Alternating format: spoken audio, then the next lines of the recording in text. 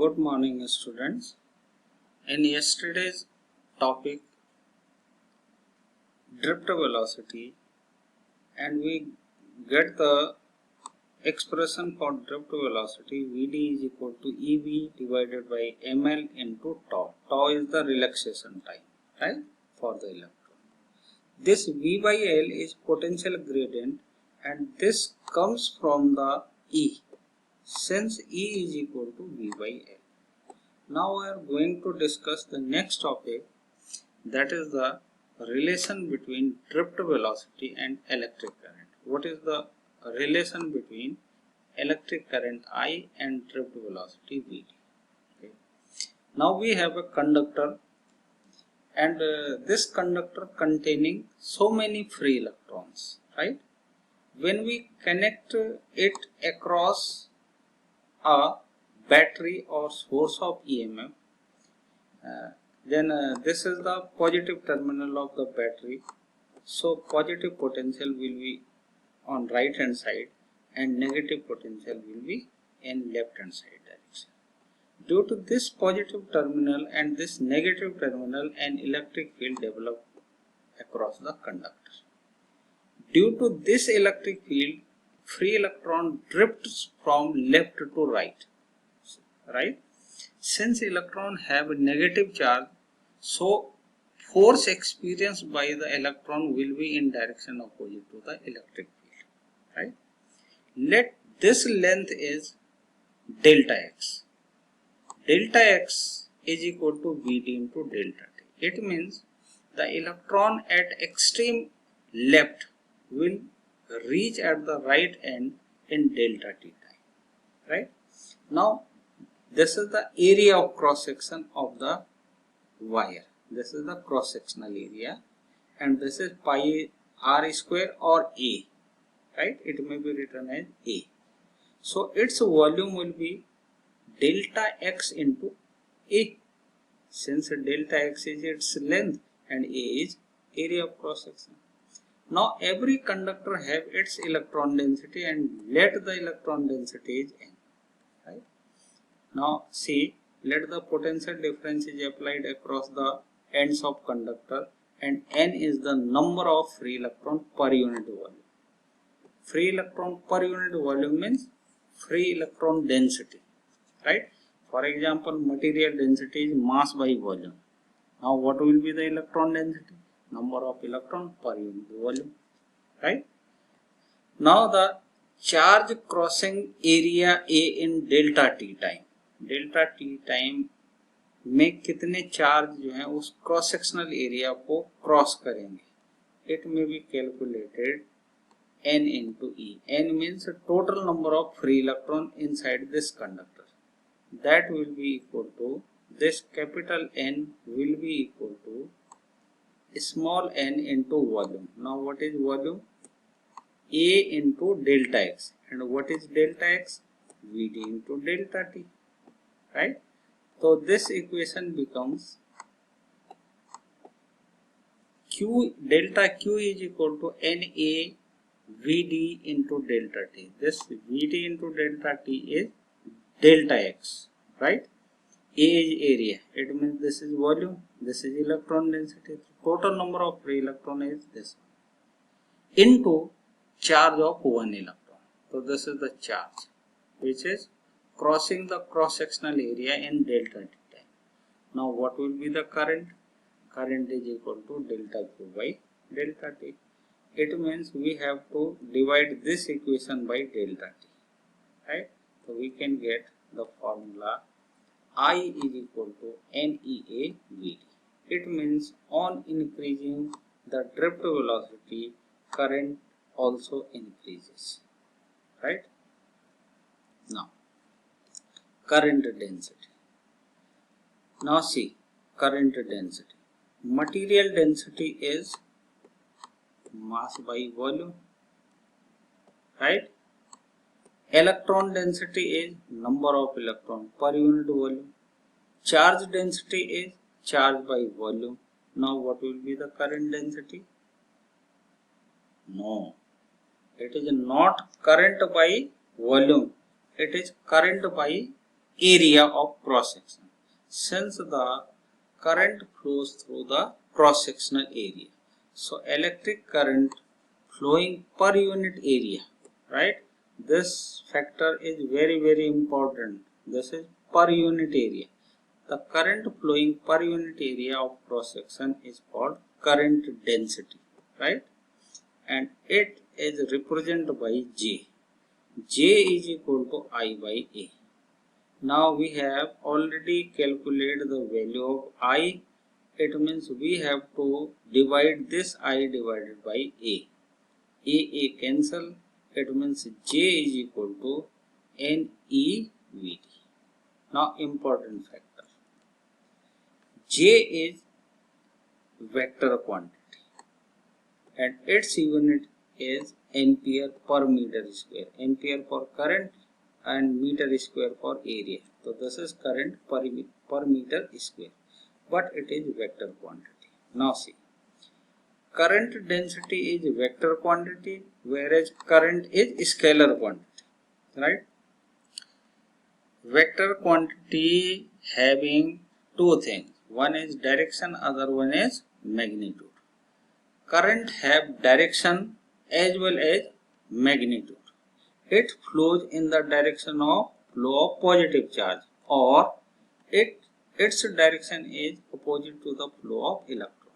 It means it has magnitude and direction, but it do not obey the vector laws, so it is scalar quantity.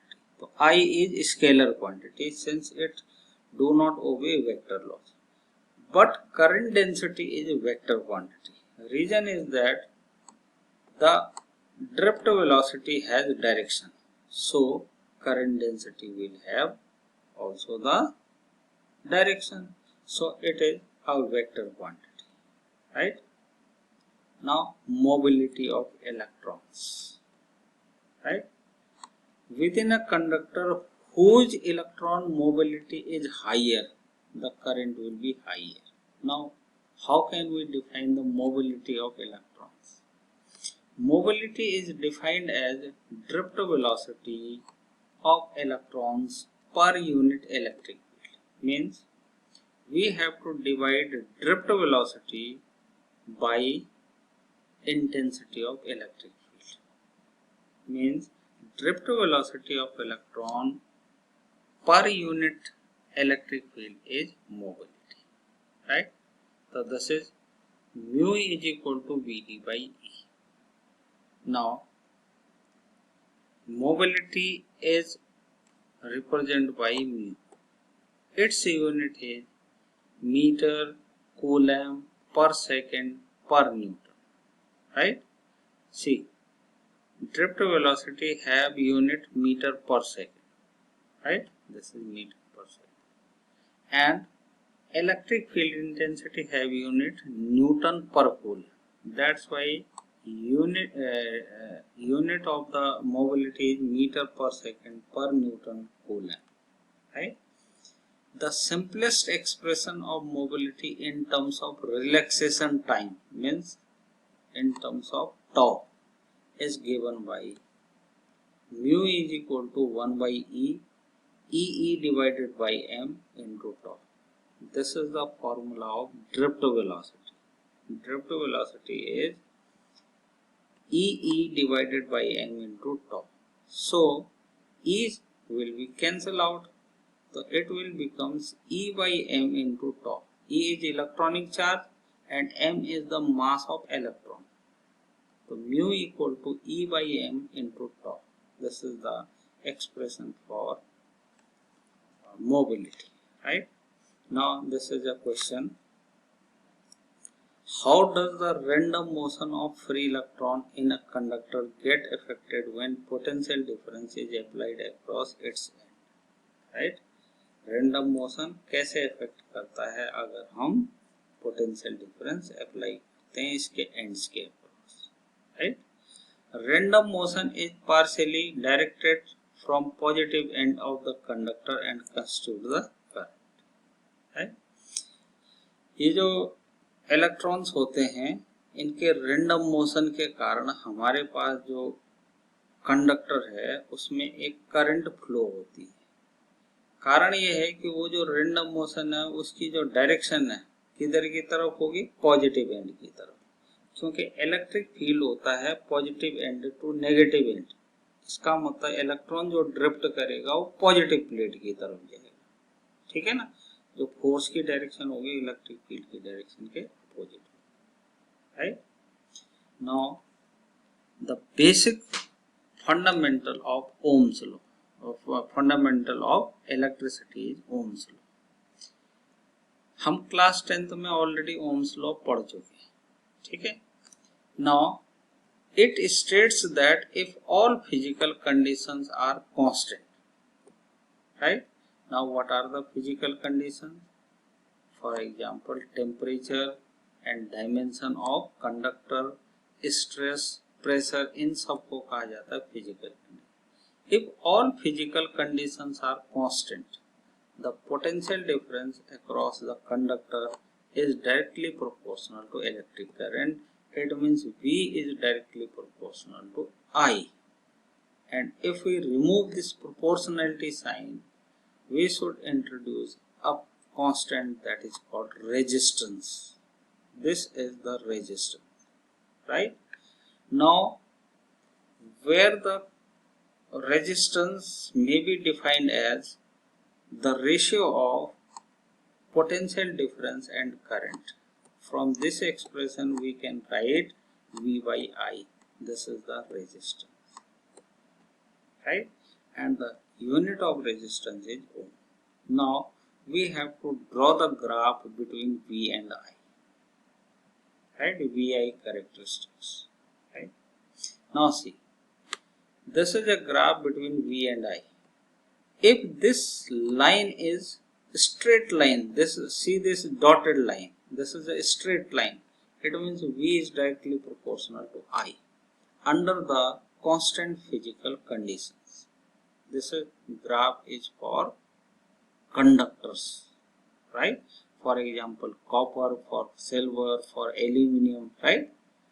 Now see this graph,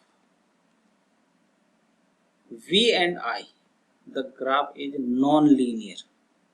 Actually, this type of graphs appear in semiconductors. These graphs or these materials are called non-ohmic materials, or this graph is known as non-ohmic graph. This is for non-ohmic materials. For example, semiconductor materials. Now see another graph. This is also VI graph, and this graph is like this, right? Actually this graph is for gallium arsenide compound semiconductor. This graph is for gallium arsenide compound semiconductor, right? So these are the VI characteristics. In the first graph there was a straight line, this is for metal, but if the physical conditions get disturbed, if the temperature increases, then this graph, this smooth graph in blue color, you can see it is not a straight line. It means for the Ohm's law, V is directly proportional to I, temperature should be constant, means all physical conditions should be constant, right? So this is all about for today's lecture. Okay, thank you.